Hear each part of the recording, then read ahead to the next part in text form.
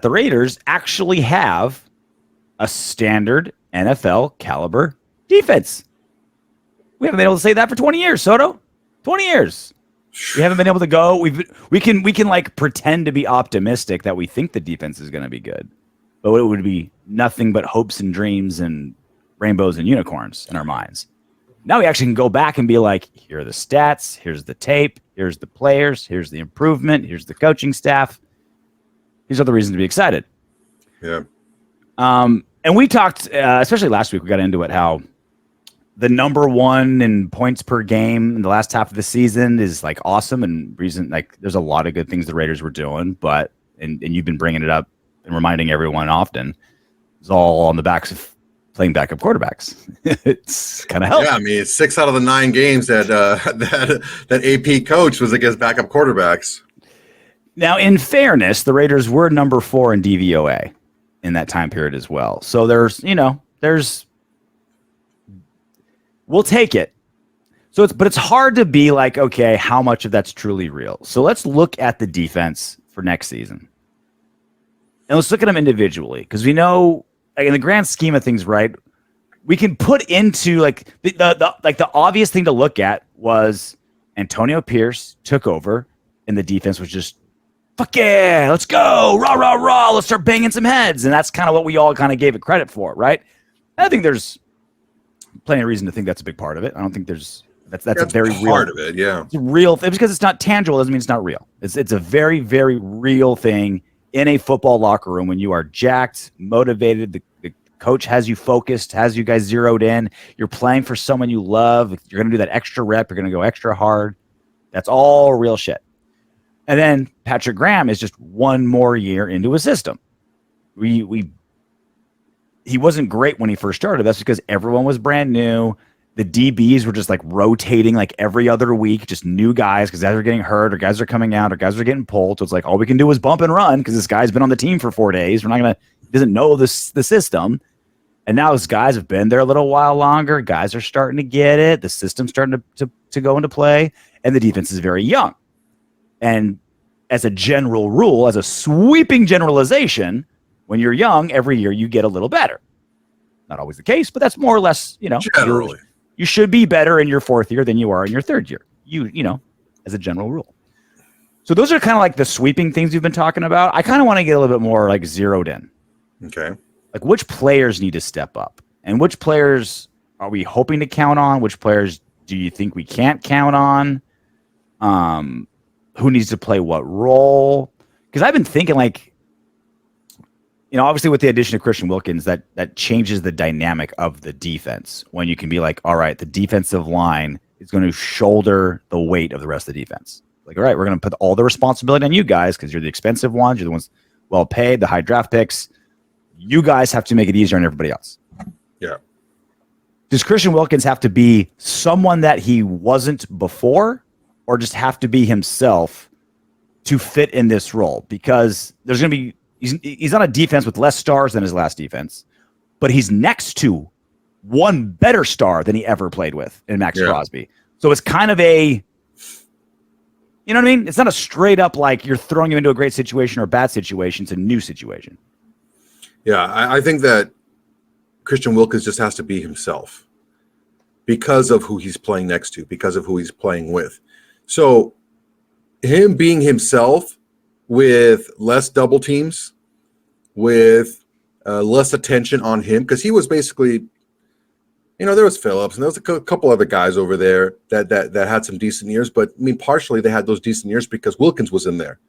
And the linebackers were flying around and able to fly to the ball because Wilkins was there, eating up double teams and not letting guys get to second level and stuff like that. So he just has to be himself. He doesn't need to press. He doesn't need to do anything that he doesn't normally already do. You put that, which is a top 10, probably maybe even a top 7-ish, 5 to 7-ish defensive tackle, depending on how he plays, playing next to Maxx. You put that next to Maxx Crosby, and Malcolm Koonce, you put them next to these guys who can pass rush, and it's just going to make everybody on that line better. It's like you put that last infinity stone in, and it's going to make everyone else better. So the second line is going to be better because normally when you see guys, the linemen that go to the second level, their first read is to make sure the guy right in front of them gets blocked. So they have to pass off. If let's say you're a guard and you're passing off the defensive tackle to the center, it's more of like a double team. And then once he's passed off, then you scrape off to the second level, right? Well, guess what? If that defensive tackle is a handful and it takes both guys to block him, then there's less guys that are going to the second level to block those linebackers, and they get to run freer. Think what happened with Littleton when he was with the Rams and he had a couple of all-pro defensive tackles playing in front of him. He was running around crazy free. No one was touching him, right? Yeah. We can see that happen somewhat with us, with our linebackers, because of the attention that the defensive front is gonna command, basically. Yeah, and I think that's a big part of it. Is like if the defensive front's so good, then you're kind of like, all right, we're actually going to keep that center and guard double teaming Wilkins, and we're just going to hope we can outrun, Spillane to the edge or whatever it is. It's like you got to pick your poison now, right? And that's the other part is like the defensive line hasn't really been that for the Raiders because it's been mercenaries, and rightfully so. Like Maxx Crosby, it's like you're not there eating double teams to open someone else up when you have Maxx Crosby. You're letting the dog off the leash. Like, yeah, you're letting him go. Go hunt, Max. Go hunt. That's what he should be doing. Like Tyree Wilson is too young to be, that type of player, right? It's just like, look, just learn to get your hands up and start playing. The other defensive tackles that are still there, whether it's, John Jenkins or whoever's going to be another starter, not so good where there's someone like that. So really, if there's one guy that's just kind of like freeing up people, it would only be Wilkins. And so that's what I'm wondering, is the defensive line going to be a pack of mercenaries because that's what they've been doing? Or is it a cohesive unit in the sense where it's like, all right, let's free up, Masterson and Spillane to do their thing? Well, the thing is the offensive line can't block our defensive line the same way every time. Mm-hmm. So there's going to be plenty of opportunity for other guys to get one-on-one matchups or easier matchups. Maybe you slide, they slide the protection, and Malcolm Koonce is going up against a tight end. You're going to eat all day off of that, right? Yep. And in the run game, if you're not using the lineman to scrape to the second level, then you're going to use a wide receiver to crack down. You're going to use an H-back or a tight end to try to block that. And it's just a lot easier because the blocking isn't as good.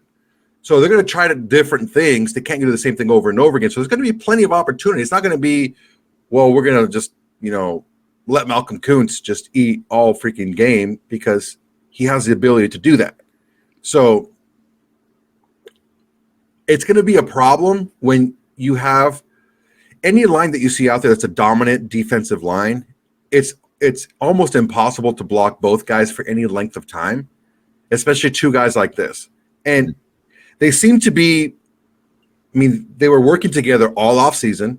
Like all the linemen were in there. You saw it on the Rush podcast before they moved to the Vegas spot, that cigar lounge, right? Mm-hmm. All the defensive linemen got in and did the podcast, and they're talking about how they've been working out together the entire offseason. And I don't know that the individual stats are going to be as important as how they're seen as a collective. I think that's the mentality going in. And I think that because they're so encouraging to each other, it's not going to be a problem where they're like, oh, well, this guy's getting more shine than me. It's like, no, we're all working to do this together because they know, hey, if I'm doing my job and I'm eating up all these double teams and I'm making it hard. If let's say I'm a butler, right? And I'm going up the middle. I'm not getting any sacks, but I'm causing the quarterback to pull the ball down more, and that lets the other guys get there. That's okay, and I think they'll take that.